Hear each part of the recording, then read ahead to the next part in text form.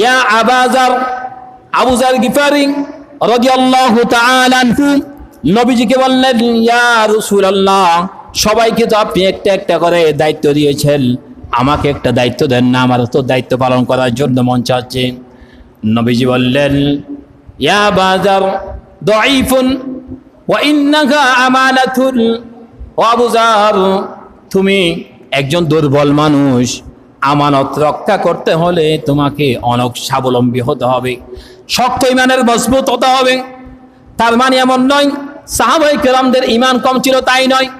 তারপরও আবু যার গিফারকে বললেন, ইয়া আবু যার, তোমাকে অনেক শক্ত মজবুত হয়ে তোমাকে দাঁড়াইতে হবে, কারণ কথাবার্তা আমানত, সম্পদ আমানত, জায়গা সম্পত্তি আমানত, মানুষের ইজ্জত আমানত, বিচার করবেন সেটা আমানত, সমস্ত আমানতগুলি রাখতে পারবেন কিনা।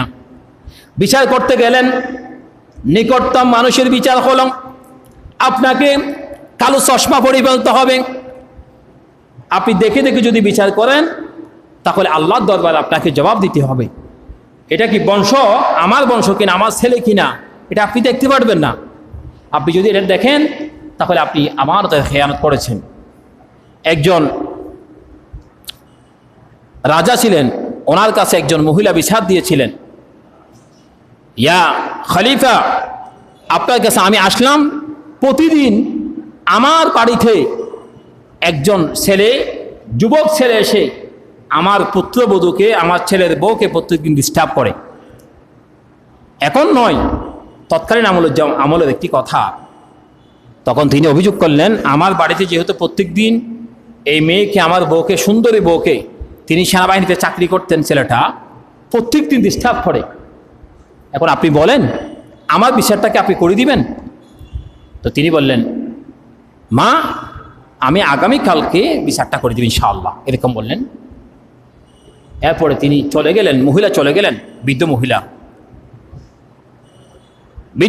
চলে গেলেন। যিনি প্রশাসনের দায়িত্ব ছিলেন, রাজা ছিলেন, তিনি আর ঘুমান নাই, চোখের মধ্যে ঘুমান নাই, ঘুম দেন নাই, শরীরের মধ্যে কোনো পানি দেন নাই, খাবার দেন নাই, সারাটা রাত পর্যন্ত তিনি ডিউটি করতেছিলেন। আজকে বাড়ির মধ্যে কোন ছেলে ঢুকে, আমি আজকে একটু দেখব। মহিলাকে বললেন, ও মহিলা, আমি যখন যাব আপনি দরজার লাইটটা বন্ধ করে দিবেন, হারিকেল বন্ধ করে দিবেন, আলো বন্ধ করে দিবেন।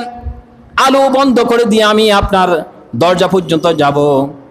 ওই শাসনকর্তা যিনি রাজা ছিলেন, তখন তিনি তলোয়ারটা বের করে ওই যেই ছেলে প্রত্যেক দিন যায় সেই ছেলেটাকে নিজের তলোয়ার দিয়ে কতল করে ফেললেন। বৃদ্ধ মহিলাকে বললেন, বৃদ্ধ মহিলা আলো দেন। আলো দেওয়ার পরে বৃদ্ধ মহিলাকে বললেন, অবৃদ্ধ মহিলা, এই লোকটা কে লোক দেখি এবার আমি মনে করেছিলাম আমি যেহেতু রাজা, আমার ছেলে এখানে দুঃসাহস করার জন্য সাহস পাবে, আমি মনে করেছিলাম। এইরকম এই ছেলে যদি আমার হতো, আমার দিলের মধ্যে মোহাব্বত চলে আসতো, আমার মোহাব্বত, ভালোবাসা সমস্ত কিছুকে আমি একাকার করে দিয়ে অন্ধকারের মধ্যে আমি ওনাকে কতল করলাম।